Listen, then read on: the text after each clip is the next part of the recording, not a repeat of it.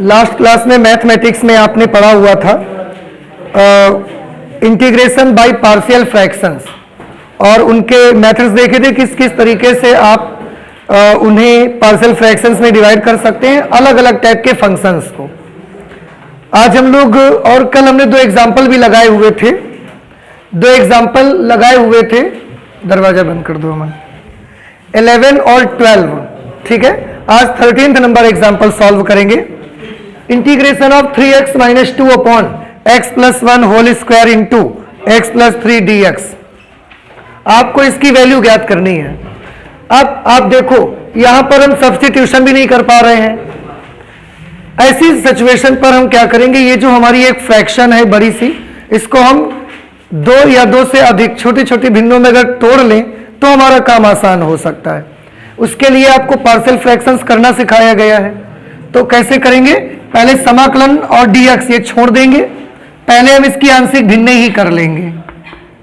तो इसके लिए माना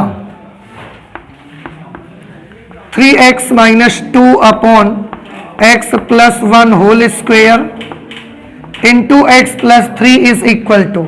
अब आप मुझे बताइए इसका डिनोमिनेटर किस टाइप का है। तो आंसर है डिनोमिनेटर है लीनियर, तो दोनों है, लीनियर रिपीटिंग भी है और लीनियर नॉन रिपीटिंग भी है। ये रिपीट हो रहा है, ये रिपीट नहीं हो रहा है। तो लीनियर रिपीटिंग और लीनियर नॉन रिपीटिंग, क्या तरीका होता था इसको ब्रेक करने का, इसको तोड़ने का। a upon x plus 1 plus b upon x plus 3 x plus 1 whole square plus c upon x plus 3। याद आ गया आपको। अब इसे सॉल्व करना है हमें। सॉल्व कैसे करेंगे, तो 3x माइनस 2, चाहो तो एलसीएम लेने के बाद कैंसिल कर दो, या आप चाहें तो इसको उधर भेज दीजिए। ये भाग में है, इधर जाके इसके साथ, फिर इसके साथ, फिर इसके साथ गुणा में आएगा। अगर ये नंबर इसके साथ गुणा में आएगा तो x प्लस 1 से x प्लस 1 कैंसिल हो जाएगा। a के साथ क्या बच जाएगा, एक x प्लस 1 बचेगा, एक x प्लस 3 भी बचेगा। देखो ये हमने लिख दिया, ये पूरा का पूरा डिनोमिनेटर उधर जाके गुणा में भेजे जा रहे हैं हम। तो जब ये इसके साथ मल्टीप्लाई करेगा, इससे इसकी एक पावर कैंसिल हो जाएगी। x के a के साथ आ जाएगा x plus 1 into x plus 3, plus b के साथ क्या आएगा, जब ये पूरा नंबर इसके साथ मल्टीप्लिकेशन में आएगा तो इससे ये कैंसिल हो जाएगा। b के साथ x प्लस 3 बच जाएगा, प्लस c, जब ये पूरा नंबर यहां पर जाएगा तो x प्लस 3 से x प्लस 3 कैंसिल हो जाएगा, c के साथ x प्लस 1 होल स्क्वायर बन जाएगा। ठीक है, अब और सॉल्व कर लीजिए। अब 3x minus 2 is equal to a, इनको मल्टीप्लाई करवा दीजिए, तो ये आ जाएगा x square plus 4x plus 3, plus ये आ जाएगा bx प्लस 3, ये हो जाएगा c x square plus 1 plus 2x, a plus b का होल स्क्वायर लगाएंगे।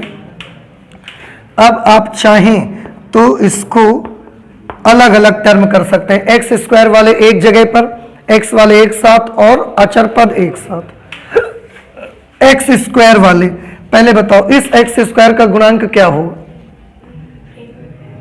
ये बाहर से a जाएगा तो a गुणा में एक्स स्क्वायर का गुणांक क्या होगा, और कहां एक्स स्क्वायर है, यहां। इस एक्स स्क्वायर का गुणांक कौन आएगा, c आएगा, और साथ में यहां पर क्या आ गया, एक्स स्क्वायर। देखो आप चाहें तो पहले मल्टीप्लाई कर लो, इसके बाद कॉमन ले सकते हो आप।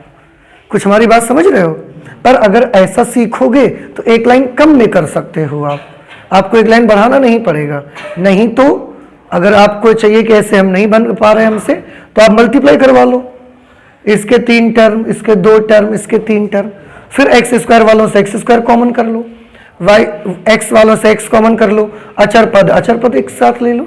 ठीक है, लेकिन अगर ऐसा करने लगो आप तो एक लाइन आपकी वो बच जाया करेगी। अब हम x वाले लेना चाहते हैं, ये x है, x का गुणांक कितना बनेगा, 4, तो ये है a और यहां से आएगा तो x का गुणांक आएगा 4a। तो हमने लिख दिया 4a। यहां पर x का गुणांक क्या आएगा? b। यहां पर x का गुणांक क्या आएगा? 2c। और ये x लिख दिया साथ में, प्लस अब एक्स स्क्वायर हो गया, x हो गया, अब कांस्टेंट टर्म बचा। तो कांस्टेंट टर्म ये है, क्या कांस्टेंट टर्म बनेगा? पहले वाले से क्या मिलेगा? 3a मिलेगा कांस्टेंट टर्म। इससे कांस्टेंट टर्म क्या मिलेगा? 3b। और इससे कांस्टेंट टर्म क्या मिलेगा? 1 को c से मल्टीप्लाई करने पर c मिल जाएगा। अब देखो एक ही बार में एक्स स्क्वायर एक्स और अचर पद सब अलग अलग हो गए कि नहीं हो गए? आपकी एक लाइन प्योर बच गई बिल्कुल। अब तुलना करने पर, दोनों पक्षों में हम तुलना करने पर, तुलना का मतलब क्या है? तुलना का मतलब है एक्स स्क्वायर के गुणांक की तुलना एक्स स्क्वायर के गुणांक से करो, एक्स के गुणांक की तुलना एक्स के गुणांक से करो, और अचर पद की तुलना अचर पद से करो। तो बताइए उधर की तरफ एक्स स्क्वायर का गुणांक कौन है? a प्लस सी। इधर की तरफ एक्स स्क्वायर का गुणांक, हाँ एक्स स्क्वायर की टर्म ही नहीं है, तो एक्स स्क्वायर का गुणांक कितना हो गया? 0। इसको हम इक्वेशन नंबर 1 माने ले रहे हैं और इसको मान लेते हैं समीकरण नंबर 2। अब x के गुणांक की तुलना करो। राइट हैंड साइड में x का गुणांक क्या है बताओ? 4a plus b plus 2c। 4a plus b plus 2c। Left में x का गुणांक क्या है? 3। ये इक्वेशन नंबर 3। राइट साइड पे अचर पद कितना है? अचर पद है 3a plus 3b plus c is equal to, और यहां कांस्टेंट टर्म कितना है? -2। पहले ये मुझे बताइए क्या यहां तक आपको बातें समझ में आई कि नहीं आई भाई? यहां तक में कोई डाउट तो नहीं है किसी को? अगर यहां तक कोई डाउट हो तो अभी बताइए मुझे, ठीक है? अब देखो ध्यान से, 3 समीकरणें हैं और 3 ही ये नंबर हैं जो हमको निकालने हैं। अब इन्हीं तीनों को सॉल्व करके हम वैल्यू पता लगा सकते हैं। क्या हमारा तरीका होगा, कैसे सॉल्व करेंगे? देखो कुछ भी करो बेटा, कुछ भी करो, पर एक काम आपको करना है। हमें 2 ऐसे समीकरण चाहिए जिसमें 2 वेरिएबल रहेंगे। 2 ऐसे समीकरण चाहिए जिसमें वही सेम 2 वेरिएबल, जैसे थोड़ा ध्यान से देखो, इसमें कितने नंबर हैं? 2, इसमें 3 है और इसमें 3। हमें ऐसी समीकरण चाहिए जिसमें 2 वेरिएबल आए। समझ रहे हैं? ये 2 में कितने कितने आ रहे हैं? 3। इनसे हमारा काम नहीं बनेगा। तो एक तो हमारे पास 2 वाला है, ये किसी तरीके से 1-2 वाला और पता लगा लें तो हमारा काम आसानी से बनने लगेगा। लेकिन उसके साथ ये भी ध्यान रखना है कि अगर इसमें a और c है तो जो दूसरी वाली बने ना उसमें फिर a और c ही होनी चाहिए। नंबर कितना भी हो हमें मतलब नहीं है, उसके साथ कितने का गुणा है इससे कोई फर्क नहीं पड़ता। पर अब मुझे 2 समीकरण ऐसी चाहिए जिनमें 2 वेरिएबल सेम वेरिएबल होने चाहिए। 2 चाहिए कम से कम, 1 है तो, पर 1 से हमारा काम नहीं बनेगा, 2 चाहिए हमको। तो हम क्या करना चाहते हैं? इसको तो हम कुछ नहीं करेंगे, हम इनसे बात करेंगे और इनसे बोलेंगे कि किसी तरीके से अगर अपना बी खत्म कर लेते हैं, अगर ये लोग अपना बी किसी तरीके से खत्म कर लें तो क्या बचेगा? केवल ए और सी बचेगा, और ए और सी यहां पर भी है, हमारा काम आसान हो जाएगा। तो अब आप मुझे बताइए इसका बी कैसे खत्म किया जा सकता है?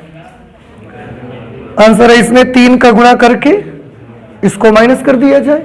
तो जब इसमें 3 का गुणा करोगे तो क्या आएगा? 3b, और 3b में 3b माइनस करोगे तो कैंसिल होकर 0 हो जाएगा। तो हम एक काम करेंगे, इक्वेशन 3 में हम किससे मल्टीप्लाई करेंगे? 3 से। समीकरण 3 में 3 का गुणा करेंगे ना, और उसमें समीकरण 4 को माइनस कर देंगे, इक्वेशन नंबर 4 को माइनस कर देंगे। तो समीकरण 3 में 3 का गुणा करो और माइनस कर दो क्या? समीकरण 4 को। तो चलो 3 में 3 का गुणा करो, 3 में 4 का गुणा करोगे तो कितना आएगा? 12a।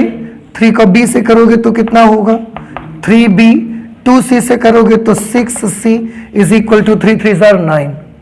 इसको माइनस कर देना है तो ये हमने लिख दिया 3a plus 3b plus c is equal to -2। Minus करने से निशान बदल जाते हैं। 3b से 3b कैंसिल हो गया, ये 12a और ये माइनस का 3a 9a, ये 6c और ये माइनस का c माइनस 5c 9 और प्लस 2 11 प्लस 5c। हाँ ठीक है, 6c और माइनस c प्लस 5c। और ये इक्वेशन हमने बना ली, इक्वेशन नंबर 5। अब देखो a और c में ये भी एक समीकरण है, a और c में ये भी एक समीकरण है। अगर ऐसा कर लिया तो फिर अब काम आसान हो गया। काम कैसे आसान हो गया? इसमें हम 5 से मल्टीप्लाई करेंगे और उसमें माइनस कर देंगे। तो हम करने ये वाले हैं कि इक्वेशन नंबर 5 में माइनस कर देंगे किसको? इक्वेशन नंबर 2 में 5 से मल्टीप्लाई करके। देखो, अरे समीकरण 2 में 5 का गुणा करेंगे, फिर जो आएगा उसे 5 में माइनस करना है ना। आपको नहीं समझ में आया तो 5 माइनस करने पहले इक्वेशन नंबर 5 नोट कर लीजिए आप। तो 9a plus 5c is equal to 11, और इसमें माइनस किसको करना है? तो आंसर इसका 5 गुना माइनस करना है।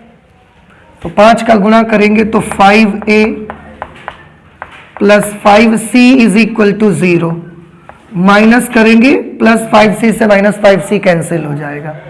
9a minus 5a 4a, 11 minus 0 11, तो a कितना आ गया? 11/4। देखो धीरे धीरे मान निकलने स्टार्ट हो गए। a आ गया, a का मान समीकरण 2 में रखो तो c आ जाएगा। यहां लिखेंगे a का मान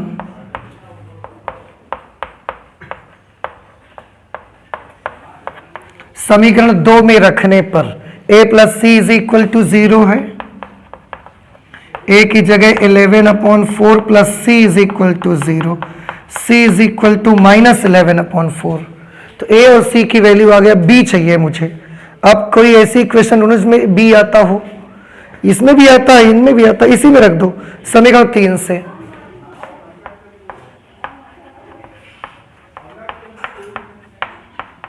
समीकरण 3 से, समीकरण 3 में क्या होगा? 4a plus b plus 2c is equal to 3। ठीक है, अब a की जगह पर क्या लिखेंगे? 11/4, 4 into 11/4।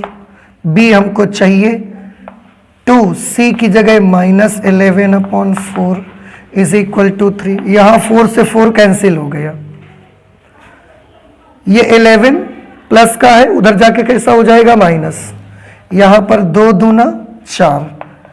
b is equal to, देखो ध्यान से, ये पहले तो 3 है उधर, ये 11 उधर जाके माइनस का हो गया, और ये -11/2 उधर पहुंचेंगे तो कैसे हो जाएंगे? +11/2। बताइए इतना आपको समझ आया कि नहीं आया? ठीक है, अब इसे आप सॉल्व करिए भाई। तो b की वैल्यू कितनी आएगी? देखो -11 प्लस 11/2, तो -11/2 बच जाएगा, और फिर 2 3 6 माइनस 11 माइनस 5/2। देखो आएगा कि नहीं आएगा?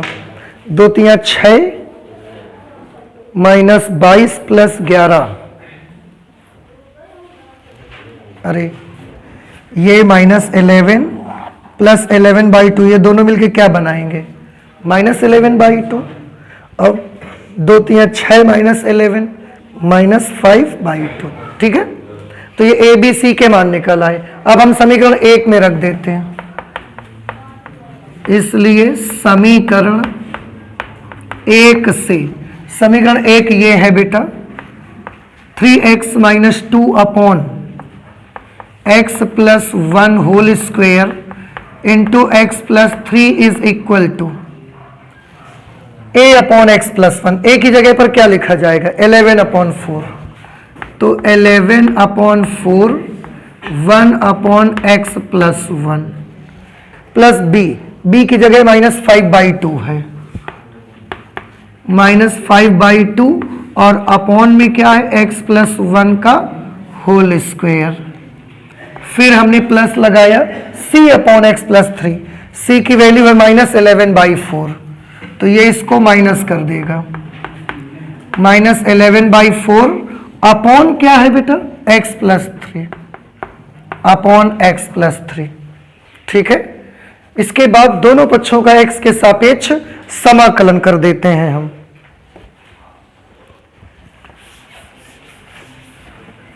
देखिए x के रिस्पेक्ट में दोनों पक्षों का समाकलन करोगे तो यह आ जाएगा integration of 3x minus 2 upon x plus 1 whole square into x plus 3 dx is equal to, देखो बेटा अचर पद को बाहर करते जाओ, integration of dx upon x plus 1 -5/2 integration of dx upon x plus 1 whole square -11/4 integration of dx upon x plus 3।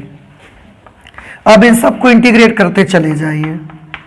11/4 dx upon x plus 1 के लिए हम लिख देंगे log x plus 1 -5/2 dx upon x square, dx upon x square का integration क्या होगा बताइए, -1 upon x. तो dx integration of dx upon x square की वैल्यू -1 अपॉन एक्स होगी, -1 अपॉन एक्स। और अब आप सोचोगे ये कहां से आ गया, तो आप जब चाहो इसको ऊपर भेज दो पहले, तो x प्लस 1 की घात -2 बनेगा और उसमें x to the power n के इंटीग्रेशन का सूत्र लगा लो, आ जाएगा उससे। नेक्स्ट -11/4 और integration of dx upon x plus 3, इसका क्या हो जाएगा log x plus 3 plus c।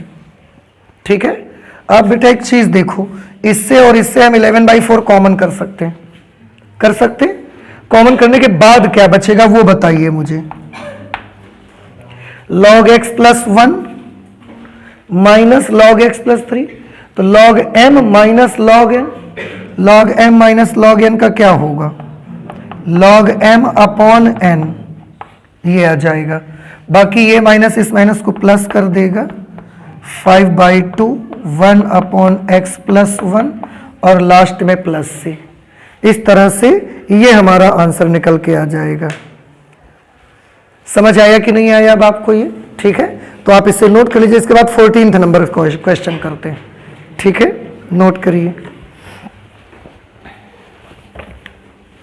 Example number 14 लिखा हुआ integration of x square upon x square plus 1 into x square upon x square plus 4। इसमें भी आपको पार्शियल फ्रैक्शंस करनी पड़ेगी। ठीक है, तो मैं पहले केवल ये एक्सप्रेशन ले लेता हूं, ये भिन्न ले लेता हूं बस। पहले बताओ ये प्रॉपर रेशनल फ्रैक्शन है या इम्प्रॉपर रेशनल फ्रैक्शन है? अगर इम्प्रॉपर होगी तो पहले प्रॉपर में हम कन्वर्ट करेंगे, उसके बाद सॉल्यूशन किया जाएगा। तो ये प्रॉपर रेशनल फ्रैक्शन है कि इम्प्रॉपर है? इम्प्रॉपर है। प्रॉपर है। ऊपर डिग्री कितनी है अंश की? 2। हर की डिग्री कितनी है? 4। तो देखो अंश की डिग्री और हर की डिग्री से छोटी नहीं है। नहीं समझ में आया? आ गया भाई? नीचे डिग्री जब देखोगे तो दोनों को मल्टीप्लाई करा के देखोगे ना, एक का थोड़ी देखोगे आप। तो नीचे हर की डिग्री कितनी है? 4 और अंश की डिग्री है 2। तो ये प्रॉपर रेशनल फ्रैक्शन है। तो आप इसको, ठीक है, आप सॉल्व कर सकते हो। तो पहले इसको हमें पार्शियल फ्रैक्शंस में डिवाइड करना पड़ेगा। छोटी छोटी फ्रैक्शंस में आप डिवाइड करो। इसको कैसे कर सकते हैं? हमारे पास तरीके हैं, और हम चाहें तो इसको डायरेक्ट भी कर सकते हैं। थोड़ा ध्यान से देखिएगा। हम चाहें तो इसको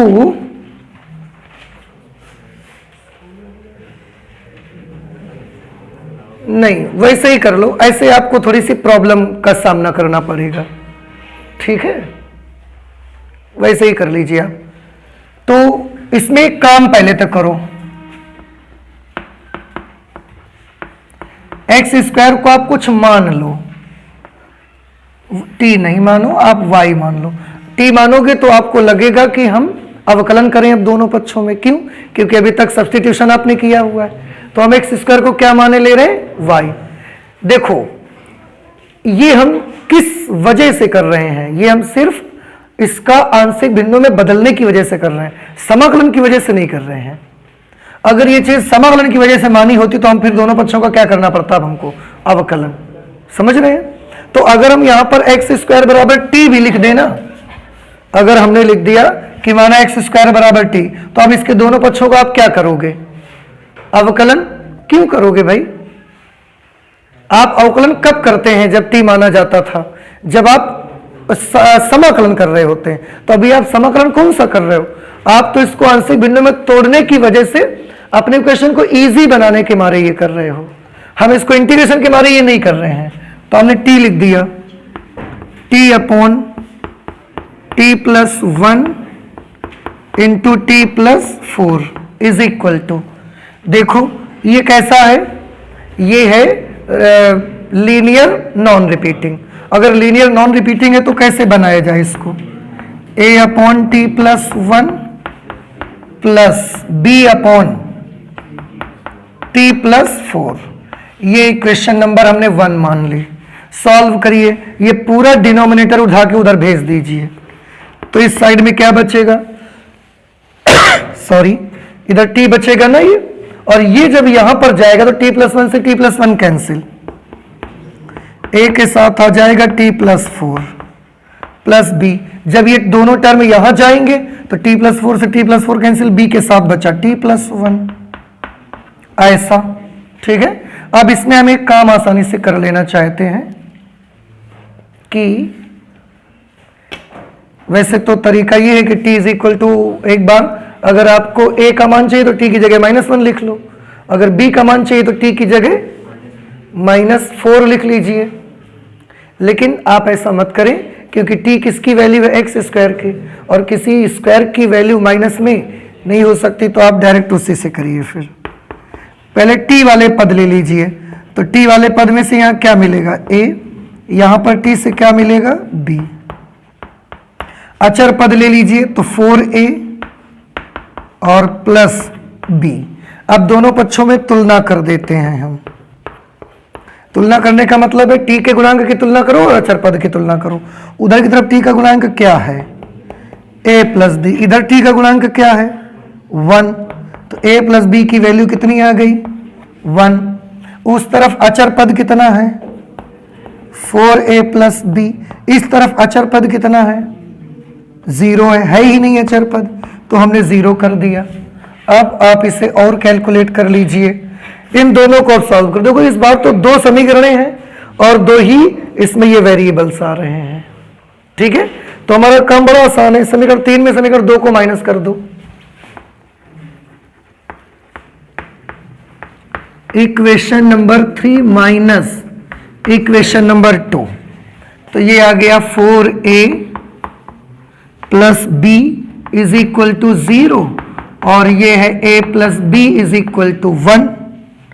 माइनस कर रहे हैं तो प्लस b से minus b cancel, 4a minus a, 3a is equal to -1। तो a इज इक्वल टू -1/3।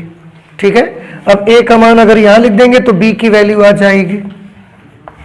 अब a plus b is equal to 1 से a की जगह पर लिखेंगे -1/3 plus b is equal to 1।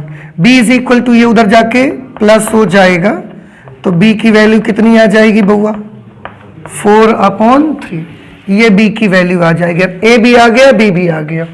समीकरण 1 से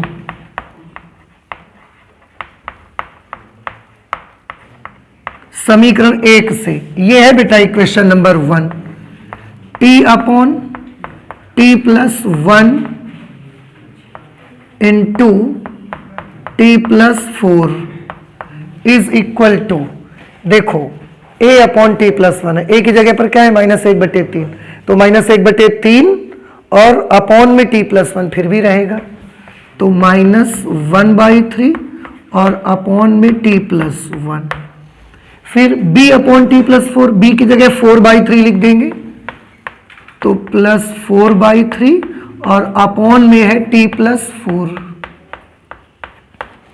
अब वक्त आ गया है t का मान भी x² लिख लो, तो हमने लिख दिया x² upon x² plus 1 into x² plus 4 is equal to, यहां पर लिखा -1/3 1/x² प्लस 1 प्लस 4/3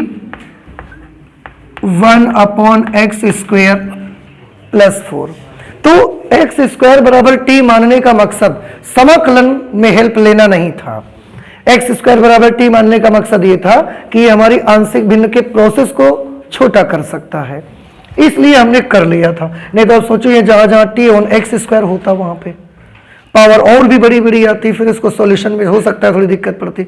दूसरी चीज, अगर हम x² लिखते तो ये तो लीनियर नहीं है, नॉन लीनियर हो गया, क्वाड्रेटिक। क्वाड्रेटिक में ऊपर फिर आपको ax + b लिखना पड़ता, यहां bx + c लिखना पड़ता, नहीं ax + b और यहां cx + d। 4 a b c d तक पहुंचते, 4 इक्वेशन बनती, उनको सॉल्व करना बहुत मुश्किल होता हमारे लिए, डिफिकल्ट हो जाता। इसलिए ये सिर्फ किस लिए माना गया है, ये सिर्फ इसलिए माना गया ताकि हमारा आंशिक भिन्न का काम हल्का हो जाए। अब इसके बाद हम दोनों पक्षों का समाकलन कर देते हैं।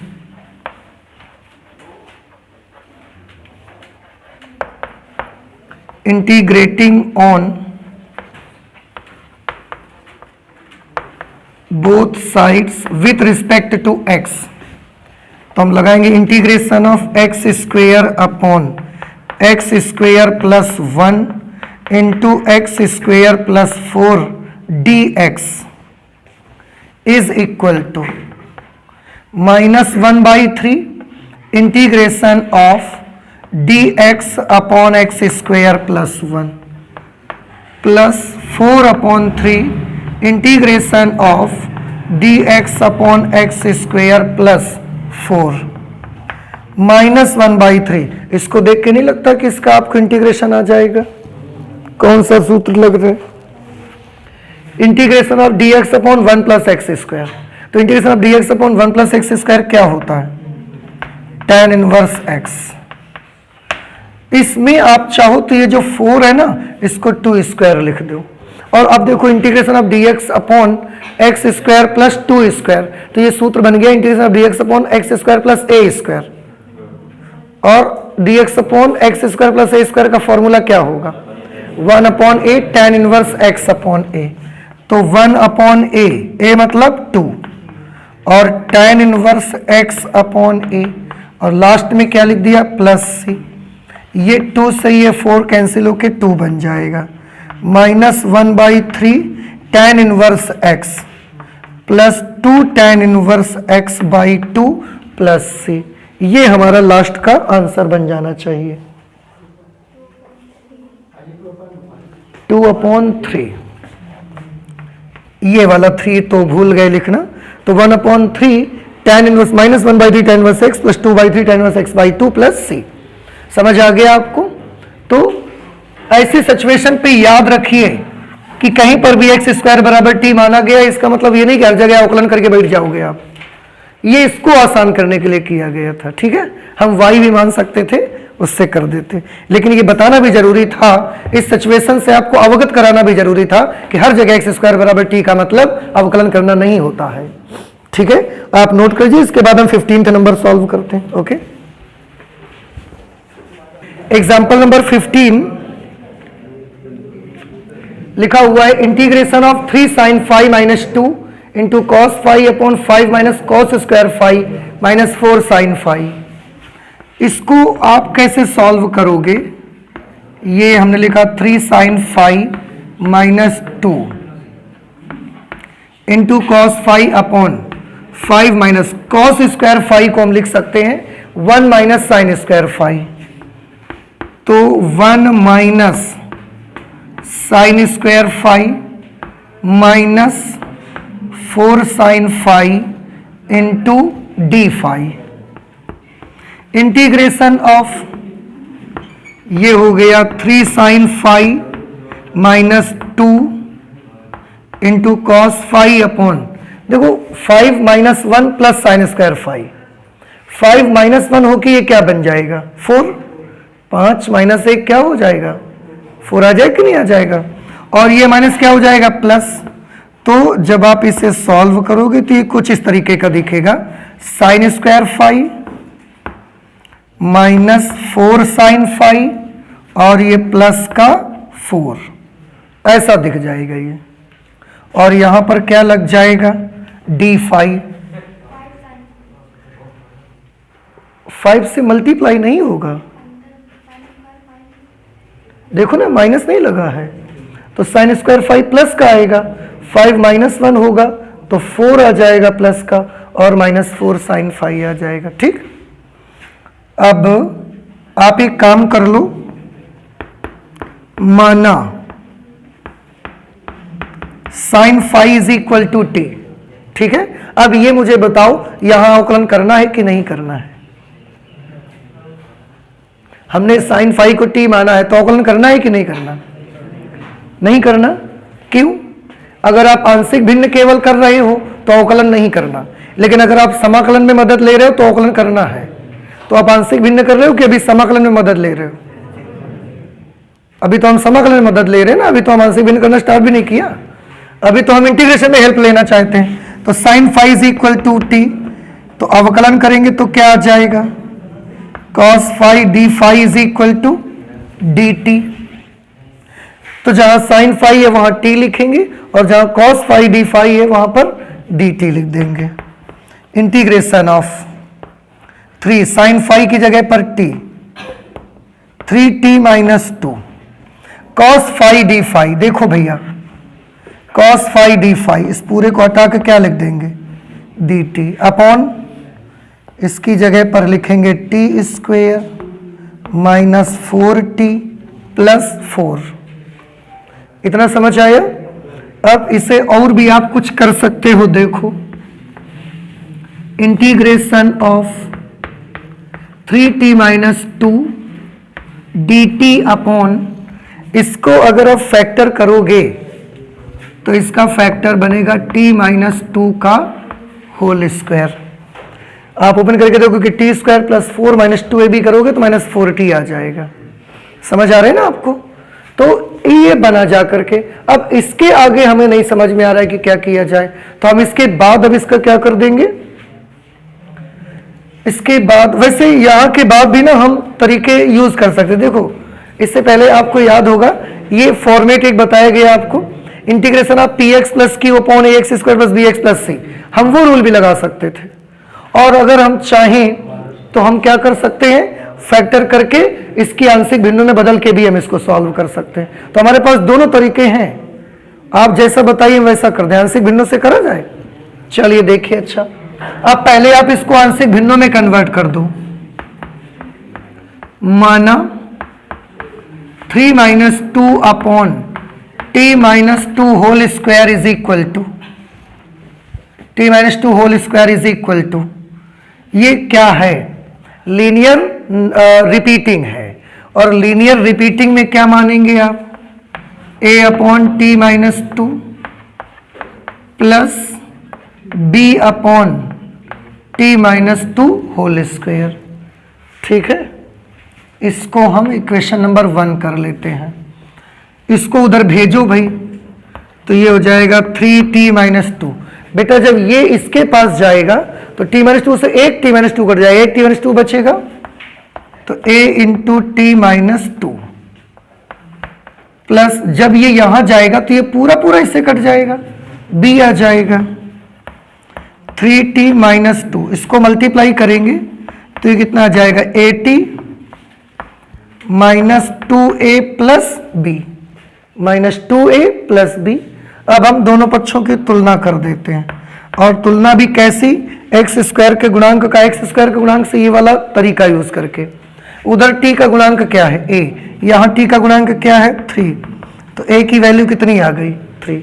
ठीक है, उधर कांस्टेंट टर्म कितना है, कांस्टेंट टर्म है -2a + b, और यहाँ कांस्टेंट टर्म कितना है, -2। अब a की जगह हम 3 लिख देंगे, a की जगह 3 लिखोगे, 3 को -2 से मल्टीप्लाई करोगे, -6, वो -6 उधर जाके -2 में प्लस हो जाएगा, तो क्या बच जाएगा, +6 - 2 b = +4। समीकरण 1 में रख देते हैं। समीकरण 1 से, ये है इक्वेशन नंबर 1। तो ये आ गया t 3t minus 2 upon t minus 2 whole square is equal to, a की जगह पर लिखेंगे 3 upon t minus 2 plus b की जगह पर लिखेंगे 4 अपॉन t माइनस 2 का होल स्क्वायर। अब हम दोनों पक्षों में t के सापेक्ष समाकलन कर देते हैं, तो इसकी वैल्यू निकल करके आ जाएगी। ठीक है, इसका मान आ जाएगा t के सापेक्ष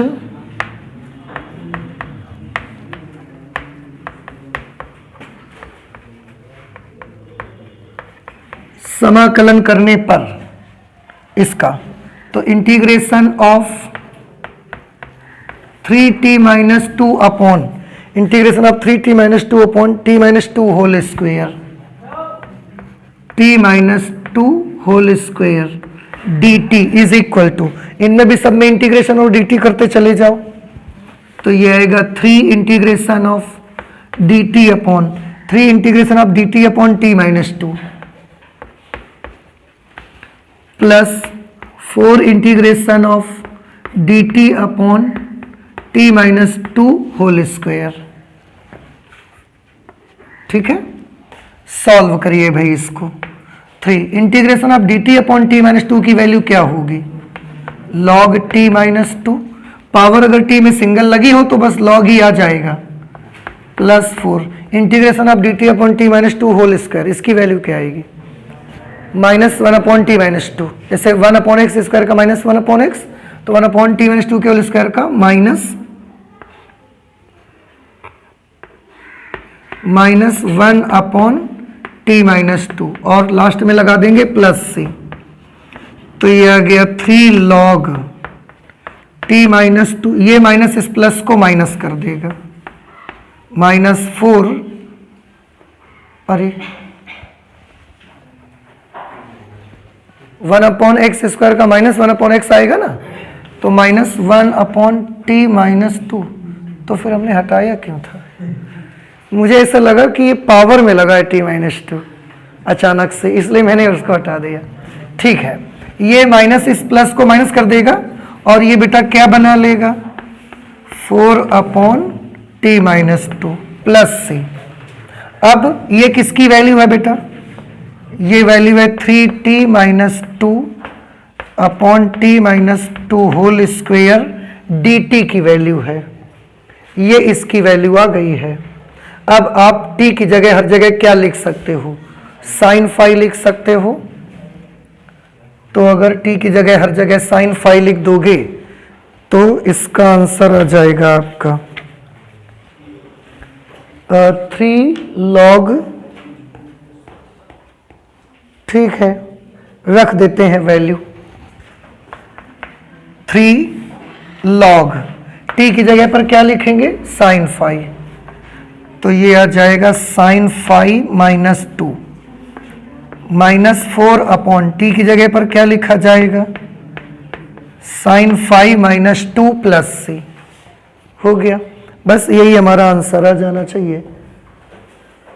नहीं समझ में आया, आप जब आंसर मैच करोगे तो आप एक चीज देखोगे कि यहां पर 2 पहले है और साइन फाई बाद में है। आप जानते हैं, आप भी ऐसा कर सकते हैं। क्यों कर सकते हैं, क्योंकि साइन फाई, साइन का जो रेंज होता है वो -1 से +1 तक होता है। कुछ बात हमारी समझ में आ रही, साइन का रेंज -1 से और +1 तक वैल्यू होती है। अब -1 से +1 तक के बीच की किसी भी वैल्यू में 2 माइनस करोगे तो वैल्यू कैसी आएगी, नेगेटिव, और मॉड उसको क्या कर देगा, पॉजिटिव। तो मॉड के भीतर अगर ये नंबर है तो ये सुविधा आप ले सकते हैं कि क्योंकि साइन फाई छोटा होता है, 2 बड़ा होता है उसकी तुलना में, तो बड़े को पहले लिख दो, छोटे को बाद में लिख दो, 2 माइनस साइन फाई। लेकिन क्या यही काम यहां कर सकते हैं, नहीं कर सकते, क्योंकि यहां मॉड नहीं लगा है। आप कब कर सकते हैं, आपको माइनस लेना पड़ेगा कॉमन तो हो पाएगा। जैसे यहां बिना कुछ किए आपने 2 आगे साइन पीछे लिख दिया कि नहीं लिख दिया, कुछ किया तो नहीं ना आपने, बस ये आर्गुमेंट दे करके कि साइन छोटा होता है 2 से, इसलिए। लेकिन साइन छोटा होता है 2 से, तो फिर आप जबरदस्ती 2 आगे साइन पीछे यहां नहीं कर सकते हो, यहां माइनस कॉमन करके कर सकते हो। माइनस कॉमन करेंगे तो प्लस हो जाएगा, और फिर यहां क्या बन जाएगा 2 माइनस साइन फाइव प्लस सी, ये हमारा आंसर बन जाएगा। तो 3 log 2 माइनस साइन फाइव, और क्योंकि देखो ध्यान से ये छोटा और ये बड़ा है, मॉड क्या करेगा, मॉड हमेशा इसको कैसा रखेगा, प्लस। ध्यान से सुनना, छोटे नंबर में बड़े नंबर को माइनस करोगे तो वैल्यू कैसी आएगी, माइनस। तो अंदर जो नंबर लिखा था इसकी वैल्यू कैसी थी, माइनस। मॉड इसको क्या करता, प्लस। तो एक माइनस नंबर को मॉड माइनस करने के लिए क्या करेगा, एक माइनस लगाएगा। तो जब एक माइनस लगाएगा तो ये वाला माइनस हो जाएगा और ये कैसा हो जाएगा, प्लस। अब आप चाहो तो मॉड हटा दो, क्योंकि मॉड ने उसको जो करना था कर दिया। तो जो मॉड ने जो करना था कर दिया, तो फिर मॉड हट जाएगा, ये हमारा आंसर बन जाएगा। ये बात समझ में नहीं आई आपको, आए ना समझ में, कि ये छोटे नंबर में बड़ा नंबर माइनस किया तो अंदर का नंबर कैसा आया, नेगेटिव। मॉड उसको कैसा करना चाहता है, पॉजिटिव। तो एक नेगेटिव नंबर को पॉजिटिव करने के लिए मॉड उसके आगे क्या लगा देगा, माइनस। अपना हटेगा और उसके आगे माइनस लगा देगा। अपना तो हट गया, लेकिन जब इसके आगे माइनस दे गया तो ये माइनस हो जाएगा और ये कैसा हो जाएगा, प्लस। ये आ गया, यहां माइनस कॉमन लेके हमने कर दिया। इस तरीके से आप आंसर मिलवा सकते हो। तो ये हमारा आंसर बन जाएगा। ये एग्जाम्पल नंबर कौन सा कर लिया हमने, 15। ठीक है, तो आप जल्दी से नोट करिए, इसके बाद एग्जाम्पल नंबर 16 करते हैं।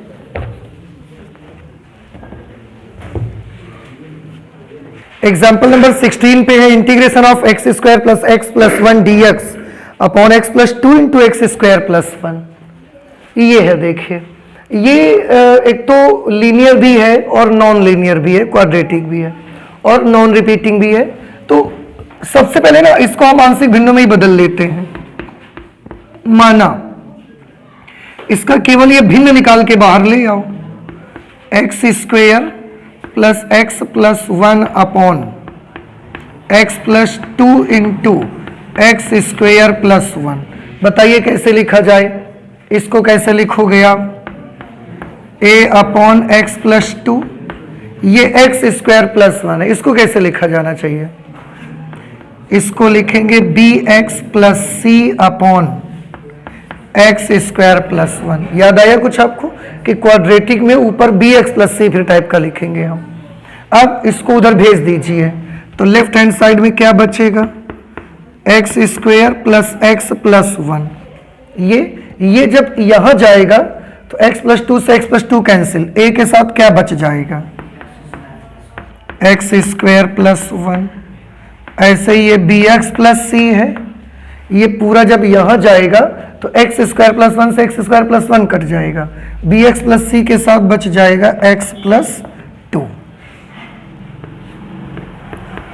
X square plus 1 is equal to, करवा दीजिए मल्टीप्लाई, ए एक्स स्क्वायर प्लस ए एक्स स्क्वायर प्लस ए, इनको गुणा करोगे तो ये B x square plus 2 x square plus 2bx, सी का करेंगे तो सी एक्स और प्लस 2c। अब ये हमने कर दिया x square plus x plus 1 is equal to, x square वालों को एक जगह कॉमन लेके लिख लो, एक्स स्क्वायर कॉमन लेंगे तो क्या आएगा, a plus b x square, x common ले लो तो एक्स यहां भी है और यहां पर भी है, एक्स कॉमन लोगे तो क्या अंदर मिलेगा आपको, 2b प्लस सी एक्स। देखो ये हो गया, ये हो गया, ये और ये। अब अचर पद ही केवल बचा है, a प्लस 2c। ठीक है, अब हम दोनों पक्षों की तुलना करना शुरू करते हैं। तुलना का मेथड आपको आता है, एक्स स्क्वायर वालों को एक्स स्क्वायर वालों के साथ, एक्स वालों की तुलना एक्स वालों के साथ और अचर पद की तुलना अचर पद के साथ। एक्स स्क्वायर का कोएफिशिएंट वहां पर क्या है, a प्लस बी, और इधर एक्स स्क्वायर का गुणांक क्या है, 1।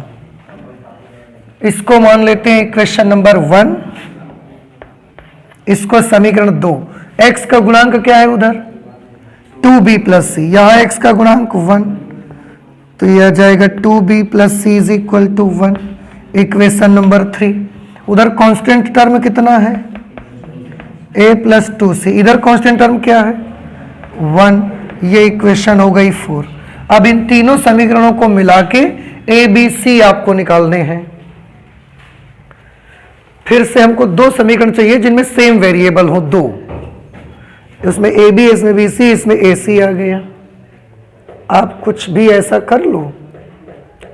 एक काम कर लेते हैं, देखो हम समीकरण 2 में समीकरण 4 को माइनस कर दे रहे हैं, ठीक है, तो b से b कट जाएगा, नहीं सॉरी, a से a कैंसिल हो जाएगा, b और c में इक्वेशन आ जाएगी, और b और c में एक इक्वेशन ये भी है, सॉल्व हो जाएगा आसानी से। तो समीकरण 2 में समीकरण 4 को माइनस कर दो,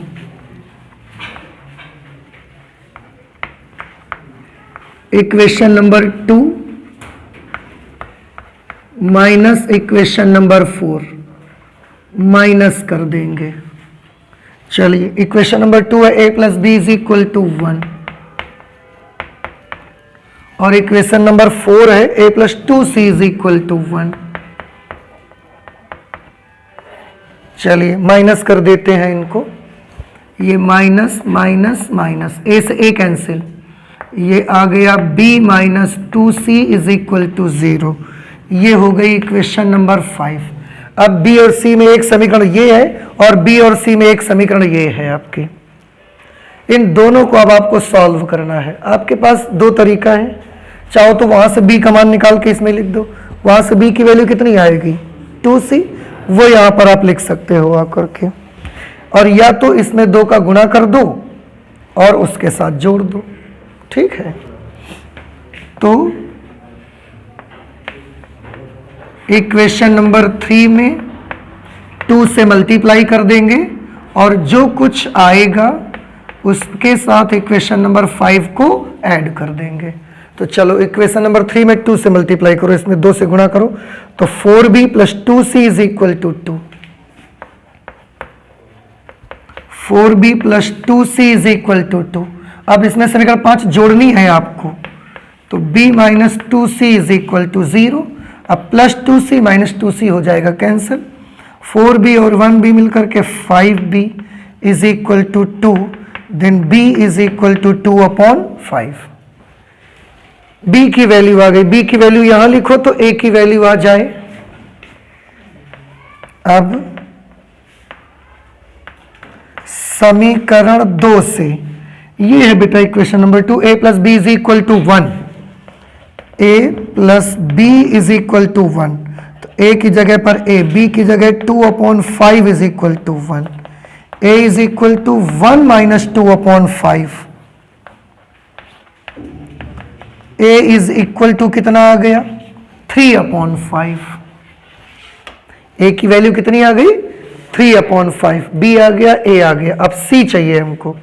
आप एक काम कर लो, चाहे तो b का मान यहां लिख दो, अच्छा c चाहिए ना, यहां से निकाल लो c का मान, b minus 2c is equal to 0 है, तो b इज इक्वल टू क्या हो जाएगा, तो c is equal to b by 2। अब b का आधा करने से c का मान निकल के आ जाएगा, है ना, इसलिए c is equal to b by 2। b की वैल्यू कितनी है 2 बाई 5, इसमें बाई 2 करोगे तो कितना आ जाएगा 1 बाई 5, भाई 2 बाई 5 बाई 2, तो 2 से 2 कैंसिल, 1 बाई 5 बच जाएगा। तो ये c की वैल्यू आ गई। अब a b c तीनों आ गए हैं, यहां पर लिख देते हैं समीकरण 1 से।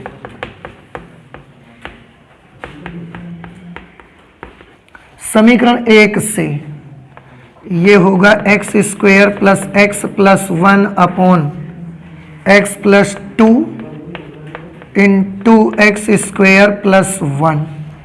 a की जगह पर लिखेंगे क्या, a का मान 3 अपॉन 5, तो ये आया 3 अपॉन 5 और 1 upon x plus 2 plus b x plus c, 2 by 5 x plus 1 by 5, 2 by 5 x plus 1 by 5 upon x square plus 1। बउआ इतना समझ आया कि नहीं आया, यहां पर लिख दिया सारी वैल्यूज। अब आप एक काम कर सकते हैं, 3 अपॉन 5, 1 अपॉन एक्स प्लस 1, इन दोनों से 1/5 हम कॉमन कर सकते हैं।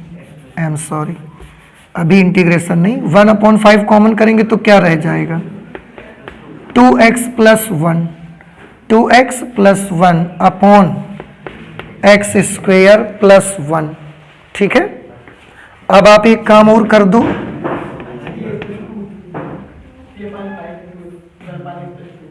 ओ आई एम सॉरी, ये x + 2 है यहां पर, तो 3/5 1/x + 2, इसको अलग अलग कर दो बउआ आप, मतलब प्लस 1/5 लिखेंगे और 2x/x² + 1 करेंगे। देखो ध्यान से, 1/5 2x/x², फिर 1/5 1/x² + 1,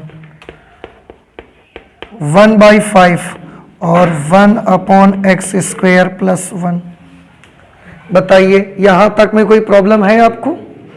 और अब वक्त आ गया है दोनों पक्षों का समाकलन करने का, तो x के सापेक्ष समाकलन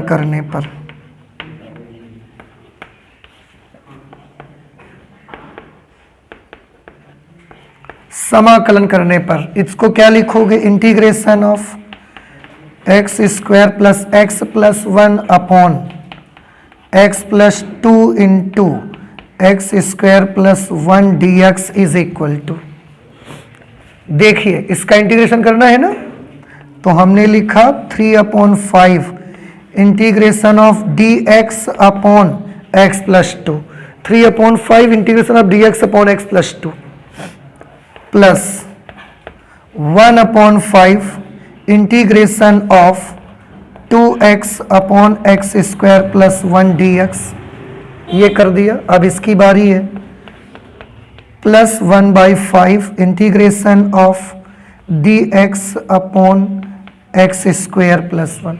इसके आगे हमारे पास जगह नहीं है, तो हम नहीं बल्कि अब आप करेंगे अपनी कॉपी पर। कैसे करेंगे देखो, 3/5 की जगह 3/5 integration of dx upon x + 2, इसकी वैल्यू क्या आएगी, log x + 2। ठीक, 1/5 integration of 2x upon x² + 1 dx की वैल्यू log x² + 1। कैसे, नीचे फलन ऊपर उसी का अवकलन, x² + 1 का डेरिवेटिव करोगे तो 2x आएगा, तो नीचे फलन ऊपर अवकलन log x² + 1।